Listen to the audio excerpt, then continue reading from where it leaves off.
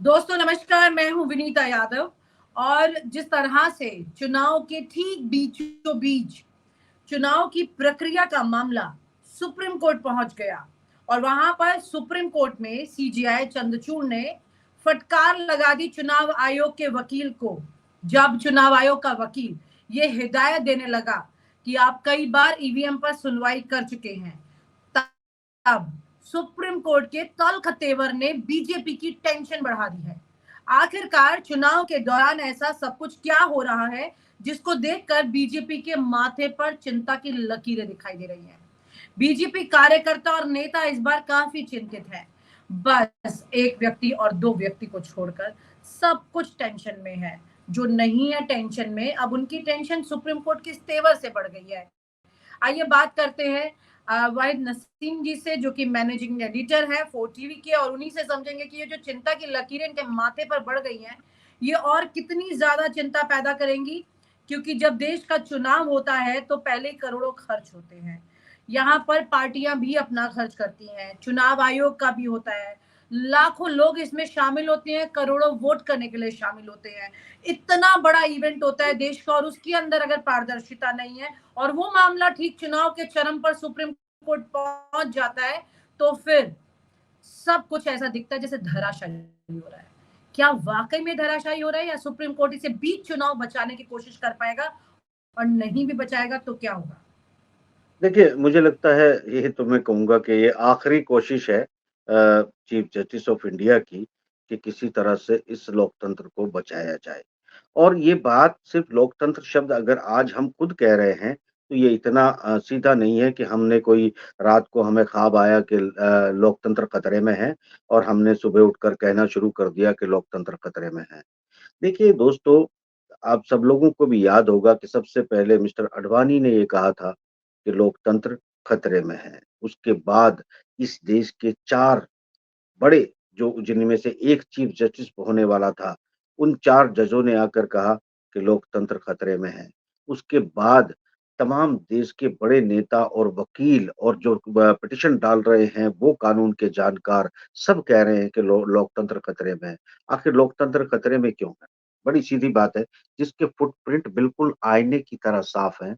आप लोग ये बात अच्छे से समझ रहे हैं कि इस देश की जो चुनावी प्रक्रिया है जिसमें इलेक्शन कमीशन को नियुक्त किया जाता है इसी को, तो उसको कैसे नियुक्त किया जाता है? देखिए उसको इसलिए किया जाता है कि इस देश की जनता लोकतंत्र में जो अपना वोट देती है, अपने क्षेत्र से जो अपना प्रतिनिधि चुनकर जो इस देश की पंचायत है, महापंचायत उसमें भेजती है और सुप्रीम पंचायत है एक तरह से, वो उस पंचायत में भेजती है और भेजने के बाद वो उम्मीद करती है कि उनके देश को जिन्हें उन्होंने ज़िम्मेदारी सौंपी है, वो इस देश को चलाएँगे।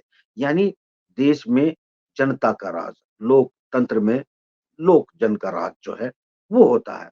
यहाँ पर एक आदमी जिसे नियुक्त किया जाता है, जो इस वक़्त ये तय करने के लिए बैठा है, पंच है एक तरह से उस पूरे देश की पंचायत का कि भई मैं आपको जो दलील होंगी एक तरह से, उस पर बिल्कुल ट्रांसपेरेंसी रखूँगा और आपकी आँखों के सामने आपके वोट को चोरी नहीं होने दूँगा, बेईमाना नहीं होने दूँगा और फ्री एंड फेयर आपको इलेक्शन करवा के दूँगा। इसी बात की ड्यूटी पर नियुक्त किया जाता है। देश की जनता चीखती रह जाती है, देश के वकील पिटीशन पे पिटीशन डालते हैं। ठीक है, आप तकनीकी तौर पर मशीनों को और दूसरी चीज़ों को दरकिनार करते हैं। ये मशीनों की चीज़ों को तो छोड़ दें, जो मैनुअल पीठासीन अधिकारी आपके पास एक रजिस्टर होता है जिसमें वो फाइनल एक डाटा लिखते हैं कि इतने वोट पड़े, वो पर्चा आपको दिया जाता है लिफाफे में बंद करके। उसके अलावा जो वहाँ पर जिस पर एजेंट के साइन करवाए जाते हैं, फ़ॉर्म 17 सी, 17 सी आप खुद प्रोवाइड करवाते हैं, ताकि देश की जनता को ये बताया जा सके कि किस बूथ पर कितने वोट उन्होंने डाले और कितना वोट का प्रतिशत उसमें पड़ा, उसमें मशीन का नंबर क्या था, उसमें डिवाइस का नंबर क्या था, उसमें कौन-कौन लड़ रहे थे, ये सारी चीज़ें लिखकर आप देते हैं, स्पष्ट। और शाम होते ही जब ये बूथ बंद किए जाते हैं, तो उसके 1 घंटे के अंदर चुनाव आयोग को ये पूरा डाटा प्रोवाइड कर दिया जाता है। इसमें मशीन के साथ जो ईवीएम रखी होती है, एक पर्ची वो चिपका देते हैं, जो पीठासीन अधिकारी है उसे बाइंड करके रख देते हैं। वहाँ से फिर वो जिनके हैंडओवर की जाती है शायद डीएम कार्यालय में या जो कुछ भी है उस पर्ची को अपने पास लेकर रखते हैं या उसी के साथ वो पैक रहती है। अभी तक ये मुझे नहीं पता है पक्का, क्योंकि तरीका ये है कि मशीन के साथ एक फॉर्म 17 सी जो है पैक किया जाए, दूसरा जो है वो डीएम कार्यालय को भेजा जाए, तीसरा जो इलेक्शन में इन्वॉल्व लोग हैं उनको दिया जाए और जितने कैंडिडेट लड़ रहे हैं उन कैंडिडेट्स को वो प्रोवाइड करवा दिया जाए।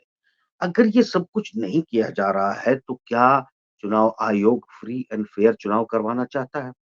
क्या इस देश की जनता ने जो आपको ज़िम्मेदारी दी है, भले ही उस देश की जनता के चुने हुए एक प्रधानमंत्री ने कानून बदल के आपको 2 या 3 दिन के अंदर अपॉइंट कर दिया हो, तो मंशा तो उसी वक़्त साफ आती है। तो आप उस आपको अपने आप को अपॉइंट करवाने वाले एक व्यक्ति के वफ़ादार हैं या फिर आप इस देश के वफ़ादार हैं, जिस देश में आप पैदा हुए, जिस देश में आपके माँ-बाप पैदा हुए, जिस देश में आपके बच्चे पैदा हुए और जीने वाले हैं, जिस देश की तमाम टैक्सेशन और तमाम जो ये पूरा देश मिलकर जो फंड जमा करता है इस देश के पास, उसमें से जो तनख़्वाह आप लेते हो, जो पैसे आप लेते हो, क्या उनके प्रति आपकी कोई ज़िम्मेदारी है या सिर्फ़ एक व्यक्ति के कहने पर पूरे देश को आप जो है पंगु बनाने पर तुले हुए हैं? ये जवाब शायद आपको देना पड़ेगा। आज नहीं दोगे तो कल देना पड़ेगा। सवाल बड़ी सीधी-सी है। यहाँ ये देश जो है अंग्रेज़ों का भी गुलाम हुआ था। उससे पहले जो है कई मुस्लिम इन्वेडर्स भी यहाँ पर आए थे। वक़्त बदला, चले गए। देश ने फिर से आज़ादी पाई, वक़्त पे नहीं जाता है। ये सत्ताएँ हैं, कल हैं, आज हैं, कल हो ना हो। हो सकता है 1 टर्न आप छीन के दे दो। हो सकता है कि आप ज़बरदस्ती जो है आप डाटा क्लियर ना करें, आप डाटा को मैनिपुलेट कर लें और ये फिर आप इसको सवाल कर दें। मगर याद रखिएगा, ये देश जो है अंग्रेज़ों के ज़माने भी यहाँ चंद्रशेखर और भगत सिंह पैदा होते थे। यहाँ मुगलों के ज़माने में भी बहुत सारे जो है भेव के राजा और यहाँ पर शेरशाह सूरी और यहाँ पर वो भी जब मुगलों का राज होता था, तो उसी कौम के, उसी कम्युनिटी के जो भट्टी हैं, वो अपना जिनके जिन बोलियों में पंजाब में गाया जाता है, वो भी उठते हैं और लाज बचाने निकल पड़ते हैं। तो माफ़ करना, हमारे सिख भाइयों ने भी बाकायदा अपनी आज़ादी की लड़ाई मुगल काल में बाकायदा लड़ी, भले ही कितने ही सर कटे हों, भले ही कितने ही पैर कटे हों, भले ही कुछ भी किया गया हो। माफ़ करना, हमेशा-हमेशा के लिए देश गुलाम नहीं हो सकता। ये ख्वाब छोड़ दीजिए, इस ख्वाब को त्याग दीजिए, इस देश की डेमोक्रेसी को बचाइए, इस देश की डेमोक्रेसी को बचाने की ज़िम्मेदारी की शपथ लेकर आप बैठे हैं और तनख्वाह ये देश दे रहा है, कोई एक व्यक्ति के खज़ाने में नहीं। से आप पैसे नहीं लेते हैं और पैसे ले भी तो फिर किसी एक व्यक्ति के एम्प्लॉयी को शायद ये देश इतनी बड़ी ज़िम्मेदारी कभी नहीं देगा कि आप इस देश के मुकद्दर का फैसला कर दें। बहुत ये मेरा भाषण समझें या मेरे सजेशन समझें, एडवाइस समझें, जो आपको समझना है समझ लें। जी सर। अगर इसे आप थ्रेट भी जी समझें सर। तो वो भी समझ लें। मतलब बड़ी सीधी-सी बात है। मैंने जो है माफ़ करना अगर यहाँ चुनाव राम प्रसाद चुनाव देश का लोकतंत्र बचाने के लिए धमकी देने की कोई ज़रूरत मुझे लगता है कि किसी को देखिए पड़ेगी नहीं, मैंने क्योंकि एक अभी बात लोकतंत्र विदिता के जी 4 स्तंभ काफ़ी ज़्यादा आज मजबूत हैं। आज मुझे अफ़सोस के साथ ये बात कहना पड़ रहा है कि इतनी सारी पिटीशन डाली गई, सबको जो है इकट्ठा करके कोने लगा दिया गया। उसके एक डिवाइस का झुनझुना उनको पकड़ा कर बहला दिया गया। आज चीफ जस्टिस ऑफ इंडिया को मजबूरी में ये कहना पड़ा कि नताइज आने से पहले हम इस केस को रात भर जाग कर भी सुनेंगे और डाटा टोटल चुनाव गिनती से पहले अपलोड करा लेंगे। अब जो इलेक्शन कमीशन इतना देश के चिल्लाने के बाद वोटर से लेके, नेता से लेके, कोर्ट से लेके सबकी एडवाइस और हिदायत के बावजूद पूरा डाटा देने के लिए तैयार नहीं है, तो मैं समझता हूँ कि इस बार भी ये कोशिश की जाएगी, मैनिपुलेशन करने की कोशिश की जाएगी, किसी तरह आगे टाइम लिया जाए और ये पूरे के पूरे केस को 4 जून के पार ले जाया जाए। और अगर ऐसा ले जाया जाता है तो फिर इस इलेक्शन का कोई महत्व नहीं है, यानी कि इलेक्शन फ्री एंड फेयर नहीं हो रहा है। अगर ये 4 जून तक भी इस देश को झांसा दिया जाता है, धोखे में रखा जाता है, तो मुझे लगता है फिर इस चुनाव को मानने और इस चुनाव को तस्लीम करने का कोई सवाल ही पैदा नहीं उठता, क्योंकि चुनाव आयोग की सीधी-सीधी मंशा साफ हो जाती है कि वो चाहते क्या हैं। मतलब कुल मिलाकर यहाँ पर आज एक ऐसी स्थिति हो गई है जो जब चुनाव के ठीक बीचों-बीच देश के सीजीआई जो है वो ये फटकार लगा रहे हैं कि वो किसी भी वक़्त रात भर बैठकर इस स्थिति को सँभाल सकते हैं। ये अपने आप में उन बड़े नेताओं के लिए चिंता का विषय है और ये रात की नींद उड़ा देगा उनके लिए, जहाँ से अगर कुछ भी ऐसा मैनिपुलेशन हो रहा है। बड़ी बात ये है कि यहाँ पर प्रशांत भूषण भी हार नहीं मान रहे हैं। प्रशांत भूषण ना जाने कितनी याचिका जो है वो सुप्रीम कोर्ट ले जा चुके हैं, कितनी को खारिज किया जा चुका है, कितनी पर उनकी सुनवाई हो चुकी है और इस वक़्त चुनाव के ठीक बीचों-बीच प्रशांत भूषण, जिनको ना जाने कितनी तरह से प्रताड़ित करने की कोशिश भी की गई थी। लेकिन उस व्यक्ति की भी वाक़ई में हौसले की दाद देनी चाहिए कि वो इस वक़्त राजनीति से दूर रहते हुए सिर्फ लीगैलिटी पर हर उस बिंदु को बचाने की कोशिश करे जो कि लोकतंत्र का सेवक बन सकता है, कर सकता है काम। कुल मिलाकर के यहाँ पर सीजीआई चंद्रचूड़ तक इस बात को ले जाना और उस बात को इम्प्लीमेंट करना वक्त से। आपको क्या लगता है, आप प्रशांत भूषण जी को जानते हैं, आपको क्या लगता है कि उनके काम करने की ये प्रक्रिया है जो वो कैसी है, वो कितनी तेजी से चीजों को, उनको भी मालूम है जो बात हम चर्चा कर रहे हैं कि इस बात को कितनी तेजी से उठाना चाहिए, वक्त से इसको ले जाना चाहिए और जल्दी इस पर कोई एक्शन होना चाहिए, ये वो भी जानते हैं। तो क्या तेजी इसके अंदर की जा सकती है, किस तरह से आगे और बात बढ़ सकती है? देखिए, मेरे ख्याल से प्रशांत भूषण जी और वो उनके जो वालिद साहब जो है शांति भूषण जी, उन्होंने इस देश के लिए, देश की जनता के लिए जितनी लड़ाइयाँ लड़ी हैं, मैं उनका एहसान मानता हूँ, बाकी कोई माने ना माने। मैं उनको जानता हूँ कि वो बहुत ही मतलब ज़बरदस्त कार्यशैली है और उन्होंने हमेशा जो पीआईएल डाली है, वो देश हित के लिए डाली है, डेमोक्रेसी, लोकतंत्र के लिए डाली है और ये उनकी बड़ी कामयाबी समझें आप विनीता जी, कि अगर सीजीआई जो है वो तैयार हो गए हैं इस बात के लिए कि वो पूरी रात भी रात-रात भर इस केस को सुनने के लिए तैयार हैं और यानी नतीजे डिक्लेयर करने से पहले पूरा डाटा साइट पर अपलोड करवा दिया जाए ताकि कोर्ट में उसके बाद अपील दायर करने, लड़ने या बेईमानी को थोड़ा बहुत कहीं से पकड़ने, छेड़ने का कोई एविडेंस जो है वो लोगों के पास आ जाए। और विनीता जी जैसा कि आपने कहा था कि जो है जैसा आपने कहा था कि ये जो सूरत-ए-हाल है कि भई भारतीय जनता पार्टी के अपने नेता हैं, भारतीय जनता पार्टी के वो उनका मोरल डाउन है, आपने नहीं हम भी बात कर रहे हैं, अंदर से टूटे हुए हैं, लोग डरे हुए हैं कि भई चुनाव तो हाथ से चला गया, कार्यकर्ता ज़मीन पर नज़र नहीं आ रहे, आरएसएस नज़र नहीं आ रही, बजरंग दल नज़र नहीं आ रहा है, यानी तकरार भी नज़र आ रहा है, उसके बाद सिर्फ एक आदमी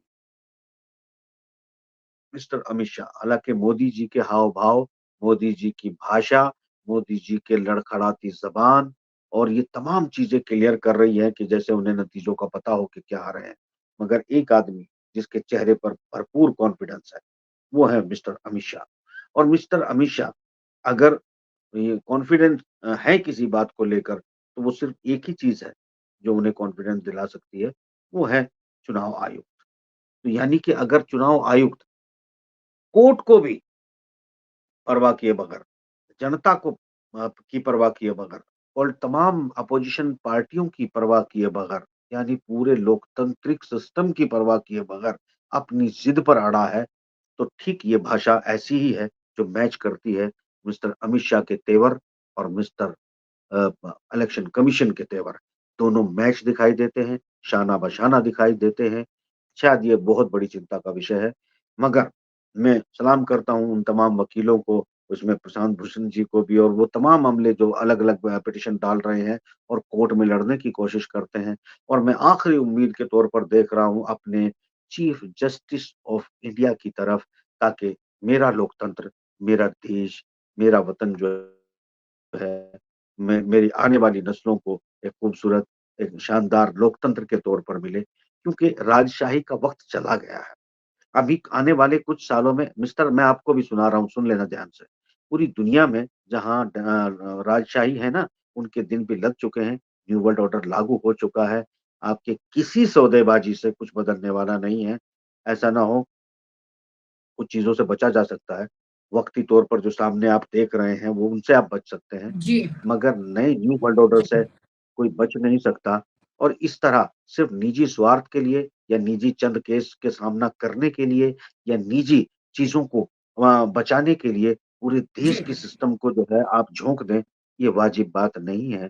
देश की ठीक लिए सर। कुर्बानियाँ उनको माना जाता है, जो देश की आवाज उठाते हैं, मगर भगत सिंह ने ठीक है किसी की सर। जान नहीं ली थी। पार्लियामेंट में जाके ठीक सिर्फ है सर। सुतली बम अब फेंका मैं था जरा ताकि दरअसल लोगों को ये बताना चाह रही हूँ कि मामला क्या हुआ है कोर्ट में, जिस पर वाहिद जी एक पूरी चर्चा हमारे साथ कर रहे हैं और कई दिनों से इस बारे में बता रहे थे।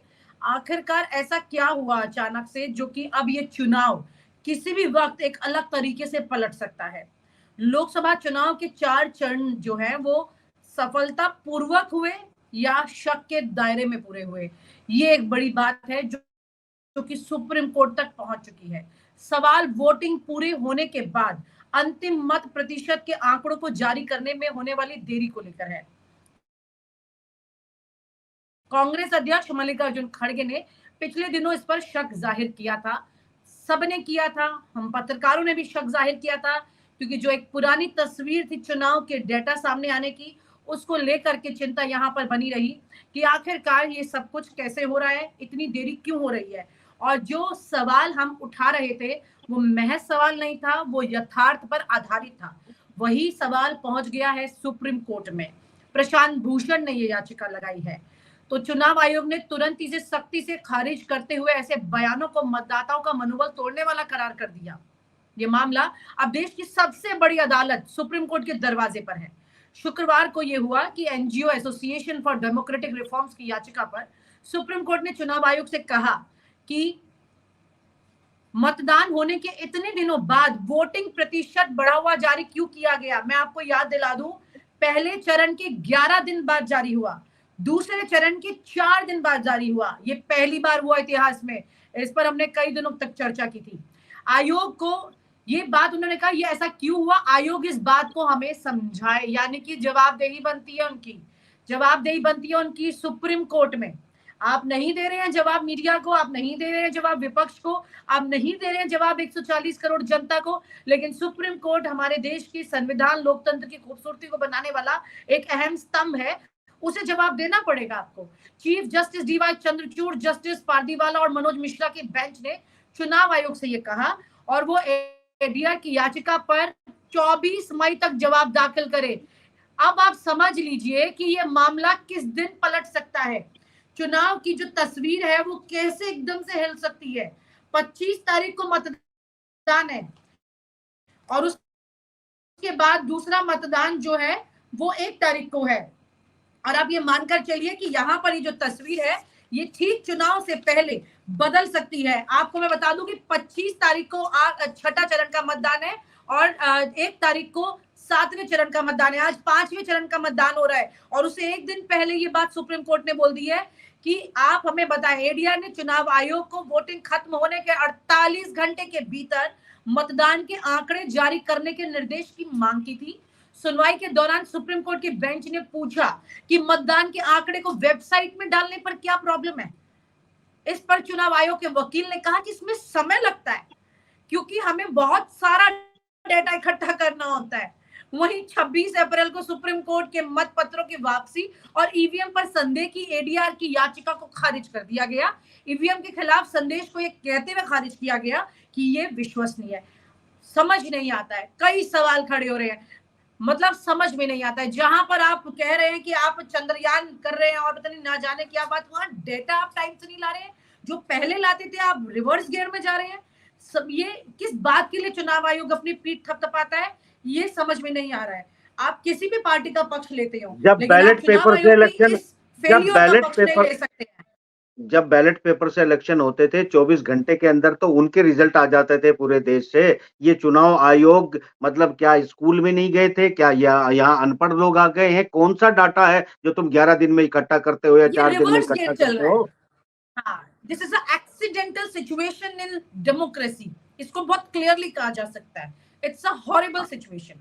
अब यहाँ इसमें पर एसोसिएशन फॉर हाँ, मैं एसोसिएशन फॉर डेमोक्रेटिक रिफॉर्म्स ने वोट प्रतिशत बढ़ाने का हवाला देते हुए इलेक्ट्रॉनिक वोटिंग मशीन को बदलने की आशंका जताई।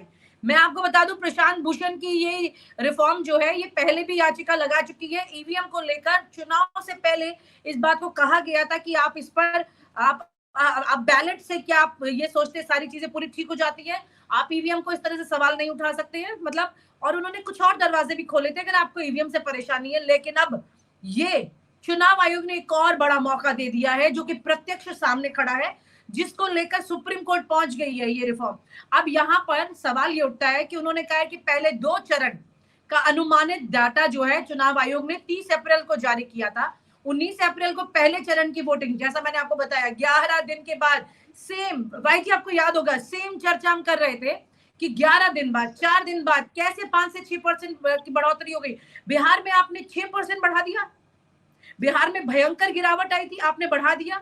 अमित शाह कहते हैं कि ये जो गिरावट है ये विपक्ष के लिए, हमारे लिए नहीं है। और ये आपने भाषण कब दिया, ये बात आपने स्टेटमेंट कब दी, जब वो डेटा बढ़ चुका था, वो डेटा बढ़ जब वो चुका था, डाटा वो तस्वीर बढ़ चुनाव चुका। बिल्कुल। आयोग द्वारा दे जा चुकी थी। उसके बाद ये बहुत बड़ी सिचुएशन है। यहाँ पर अभी इलेक्शन कमीशन के अंतिम आंकड़ों में 1.7 करोड़ वोटों का अंतर है। 1,07,00,000 वोट बढ़ जाते हैं। इसको कैसे देखा जाएगा? अगर आप हर सीट पर मैं आपसे एक बड़ा सवाल यहाँ पर ये भी पूछना चाह रही हूँ भाई जी, 2022 के चुनाव में भी देखिए, पिछले 2019 के चुनाव में भी देखिए, कितनी सारी ऐसी सीटें जो सिर्फ मात्र कुछ हजार वोटों से जीती गई थी। अगर यही 1 ये करोड़ का बहुत आंकड़ा इन वही तमाम वही सीटों के वही बीच बात, में, वही डाउट है, यही तो होता है। इन ये अगर आपने इसको, 50 सीटें, हाँ, ये 50 से ऐसे 60 कितनी सीटें, सीटें जीती जा सकती है भाई जी से? 50 से 70 सीटों के बीच में जो है 5,000 से कम अंतर वाली सीटें होती हैं। अगर उन सीटों को आप जो है बताइए। मैनिपुलेट कर लेते हैं, 50 से 70 के बीच बीच में 5,000 से कम अंतर वाली सीटें होती हैं, अगर आप उनमें ये डाटा मैनिपुलेट कर सकते हैं, तो बड़े आसानी से जीत सकते हैं। क्योंकि ये बात, अगर कॉन्फिडेंस, मैंने कहा ना कि अगर कॉन्फिडेंस दिखाई दे रहा है चेहरे पर, तो वो शायद यही हो सकता है। और बड़ी अजीब-सी बात ये है कि भई आप डाटा का परसेंटेज जो है वो डिक्लेयर कर दिए। हालाँकि मुझे लगता है कि कोर्ट को बड़ी सख्ती से पेश आना चाहिए। भले ही ये इंडिपेंडेंट बॉडी है, इंडिपेंडेंट बॉडी को क्या इस देश में वो चीफ जस्टिस ऑफ इंडिया या कानून ऑफ मतलब जस्टिस ऑफ इंडिया के दायरे से बाहर है क्या? बाहर नहीं हो सकता, क्योंकि सवाल ये उठता है कि भई आप जिस चीज़ का आपने परसेंटेज अपलोड किया है, इसका मतलब आपको वो पूरा का पूरा डाटा मालूम है। अगर वो पूरा का पूरा डाटा आपको मालूम है जिसका आपने परसेंटेज निकाला है, वो आपने परसेंटेज अपलोड क्यों किया, पूरा डाटा क्यों नहीं किया? इसका मतलब आप पूरे डाटे पर बैठकर सर, काम कर रहे हैं, वर्क कर रहे हैं, उसका सर, मैनिपुलेशन कर रहे हैं। एक बड़ा सवाल हाँ और जी। है। एक सवाल मुझे आपसे पूछना है। पिछले कुछ जी। वक्त से देश के ये 2 बड़े कॉर्पोरेट, जिनकी चर्चा लगातार होती थी सरकार के साथ मिलीभगत में, धीरे-धीरे आँख चुराने लगे हैं ये मोदी सरकार से। क्या इनको इस अंदर देखिए की पूरी जानकारी है कि अब धीरे-धीरे लोगों का मैंडेट इनसे छिटक रहा है? क्योंकि कुल मिलाकर के लोगों का मैंडेट ही सर्वोपरि होता है, चाहे वो नेता हो, कॉर्पोरेट हो या कोई भी हो। जो लोग मुझे जानते हैं, जो लोग मुझे पढ़ते हैं, या जो लोग मुझे 15 सालों से, क्योंकि मुझे सुनने वाले अमृता जी चंद लोग होते हैं, जो उनमें से बहुत सारे तो पत्रकार ही होंगे, बहुत सारे कानून के जानकार होंगे, क्योंकि मेरा जर्नलिज़्म थोड़ा अलग लेवल पे होता है, तो वो आम जनता की ज़्यादा समझ में आता नहीं है। तो वो बेचारे इसलिए जो वो छोटे-छोटे लोग हैं, जो आगे अपना काम चलाने के लिए काफ़ी होता है उनके, वो लोग ये जानते हैं कि जी चुनाव से पहले मैंने एक बात कही थी कि तुम सब वोट दे लेना, मोदी फिर भी प्रधानमंत्री नहीं बनेगा। ये अंदर की वो बात थी जो मैंने डिस्क्लोज़ की थी, सीधी बात है।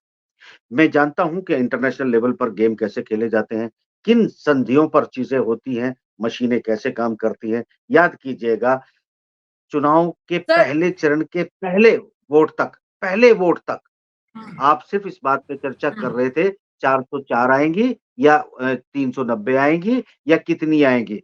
इस वक़्त आप ये कह रहे हैं हुँ। सब के सब पूरा देश मात्र वोटिंग के चलते हुए कि 200 पूरी हो सर, पाएँगी कि नहीं हो पाएँगी। अभी पिछले चरण जो हुए हैं 4, उसमें 45 करोड़ लोग वोट कर चुके हैं।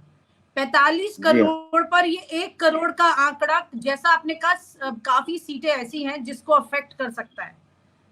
बिल्कुल कर सकता है, कुल बिल्कुल मिलाकर, कर सकता है। हाँ, हमने हाँ, वो यानी कि देखा है, पहले एक, पिछले हाँ, 19 के देखिए विनीता मैं जी, तो 19 के इलेक्शन में हमने स्पष्ट देखा है कि जहाँ 1000, 2000, 5000 की बढ़त वाले कैंडिडेट थे और जो जीत जो है निश्चित दर्शा रहे थे। ये उम्मीद थी कि हमको अभी डिक्लेयर करेंगे जो है, डीएमके जो है आप चुनाव जीत गए हैं, और वो थोड़ा होल्ड किया गया। शाम के 8 के बजाय 9 बजे, 12 बजे, और फिर रात को 12 बजने के टाइम पे डीएम ऐलान करता है कि नहीं, तुम चुनाव हार गए हैं। उसके बाद ये वही सीटें थी जिनको एडमिनिस्ट्रेशन को कब्जे में करके जिस तरीके से जो कुछ 19 में किया गया जी था, हमारे आंकड़े या पत्रकारों के विश्लेषण या एजेंसियों के आंकड़े कहीं गलत नहीं थे।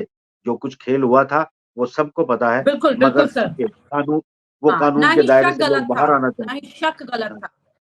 हम्म, हाँ, ना नहीं, ही हाँ, शक बिल्कुल गलत था। सीधी बात है। 381 सीटों पर 45 करोड़ लोग वोट कर चुके हैं।